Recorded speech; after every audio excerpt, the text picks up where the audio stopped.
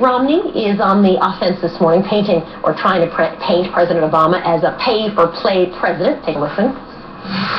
There's no question but that when billions upon billions of dollars are given by the Obama administration to the businesses and campaign contributors, that's a real problem, particularly at a time when the middle class is really suffering in this country.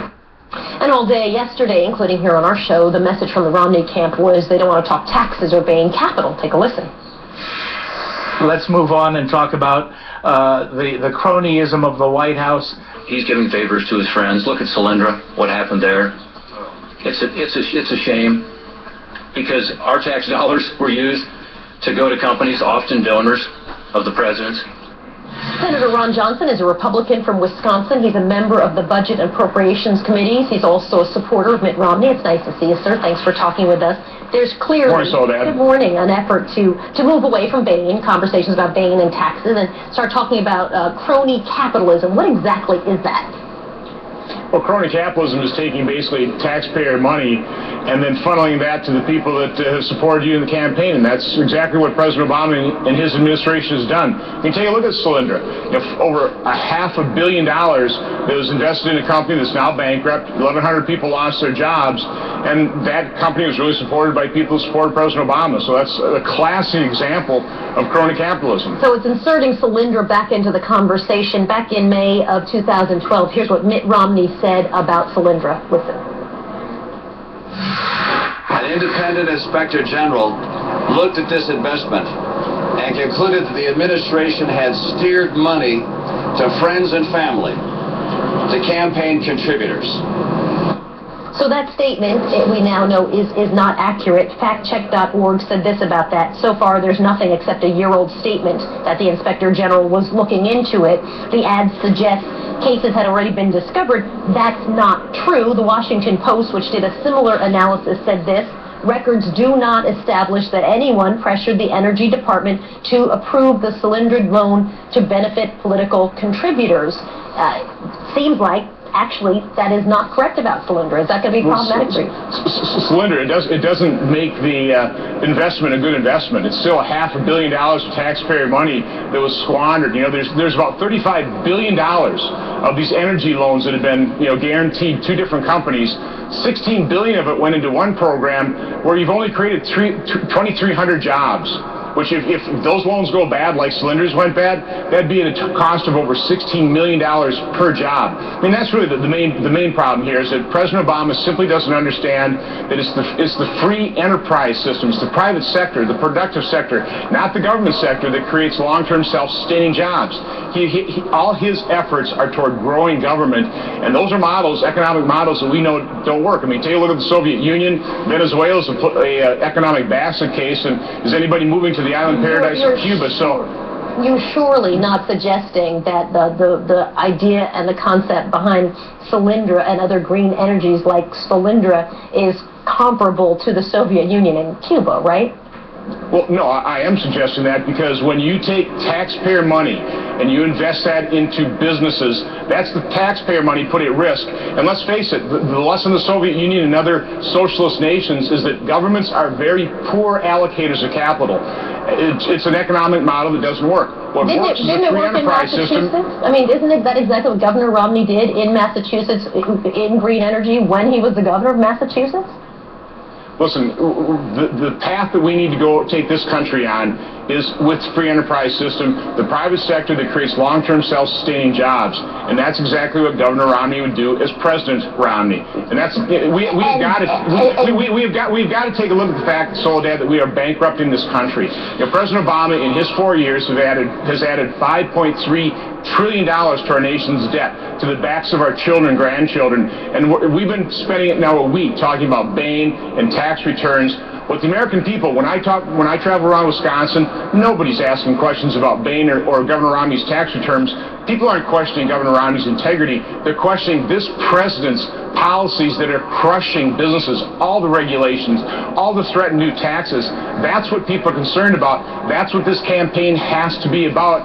And that's really what, I didn't come to Washington to play games here. And that's all we're doing in the Senate is playing games. We need to start saving Social Security, saving Medicare. We need to start figuring out how do we put our country on a path toward financial solvency rather than, do these small ball little political tactics, political games that President Obama's campaign's engaging in. I think there are plenty of people who would agree with you that it seems like on both sides of the aisle, in both houses, people are playing games sometimes in Congress. But you don't think the American people care about Bain and they don't care about taxes? I mean, part of the reason I believe personally that we've seen so much of Mitt Romney, who's coming out and been on virtually every single show talking about Bain and talking about his taxes and his tax returns, is because he feels like he has to address the issue. Am I wrong about that?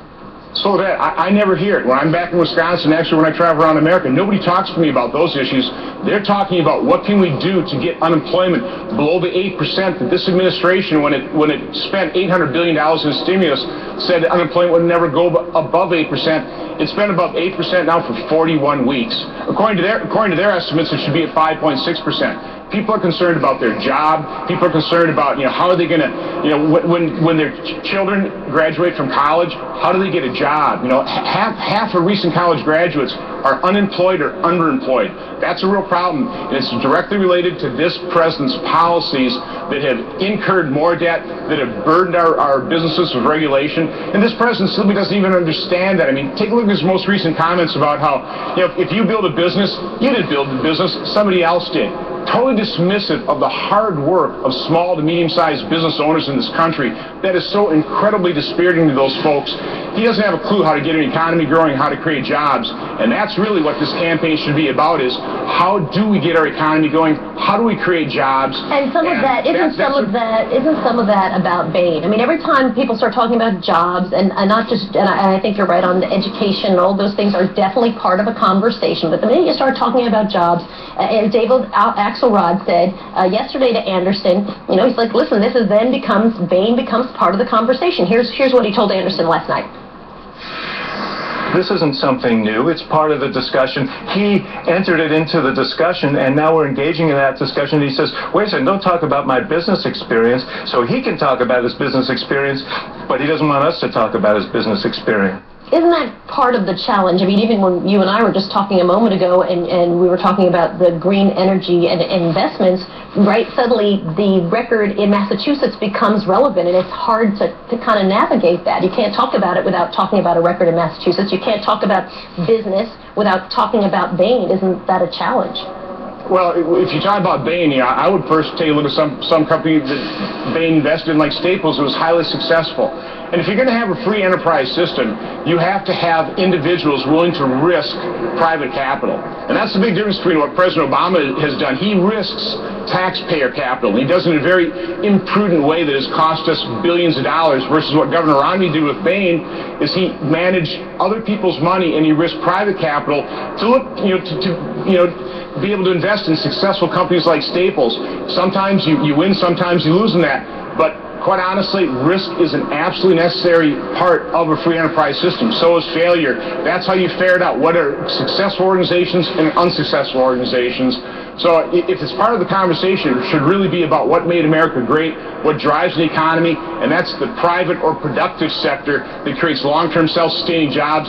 Governor Romney understands that. President Obama doesn't have a clue. Would you advise Governor Romney to release more of his tax records? I mean, he said he's done what he has to do under the law. Would you tell him, listen, maybe 5 years, maybe more? So that if he's already released 500 pages, he could release 10,000, they'd be asking for 20,000. At some point in time, you just draw the line and say, listen, the American people have enough information. Well, you really believe that the 2 years is more than plenty, and that, I mean, or do you think that by not doing that, it's just going to drag out this conversation? As you know, many people are saying, Republicans are saying, well, what's in him if he's not releasing 3 years? If he's at least 5 years. I don't hear from people talking to me. I don't really believe most Americans question Governor Romney's integrity or the fact that he fully paid his taxes. I mean, Well, look, I don't think that's the question. I don't think that's the question at all. Of successful, of success in the private sector, of government service, of leading a very successful business to go save the Olympics. I think people view Governor Romney as a real man of integrity. And like I say, he could release 10,000 pages, they'd ask for 20,000, or at least 10 years, they'd ask for 20 years. It'd be a never-ending process. I think the American people really view Governor Romney as a real man of integrity, and we need to get back about talking what do we need to do to get our economy moving, how do we create jobs, how do we put this country back on a path of success rather than the path of failure that it's on right now. But you know that the question isn't did he somehow not fully pay his taxes, right? The question becomes why not release more than the bare minimum, especially when his father was the person who called for complete transparency. And even in his conversation when he was running against Ted Kennedy, he insisted that Ted Kennedy release his tax. I mean, he was calling for it. He felt that it was necessary. They ended up both not releasing their taxes, partly because I think of the wealth of both men, right? So isn't that part of the conversation? I don't think anybody thinks he didn't pay his taxes in full. Soledad, the question is why does this administration, why does President Obama run from his record? Why is he unwilling to talk about... That's a different question, right? That's the question on the GOP side. The other question is why not release more taxes? That is the question that Americans are asking. How do we get our economy moving? And again, I really don't think people, I do not hear any questions about Bain or Governor Romney's tax returns. I hear questions about, Senator Johnson, please get government regulators off of our backs. How can we borrow money? What is with the Dodd-Frank bill in terms of, keeping smaller banks, community banks, from being able to loan businesses to make loans to businesses they've been making loans to for 25 years. Those are the types of questions I get as I talk to real Americans, nothing about Bain or taxpayers, and that's just the truth. You're calling some of the people who appear on Meet the Press not real Americans, but I'll let you go on that. Some of your fellow Republicans have called for that, as you know. But we're out of time. I appreciate your time this morning, Senator Johnson, and of course I am happy to continue this conversation anytime you'd like. We appreciate having you. Thank you, sir. Well, have a great day. Thank you. Likewise.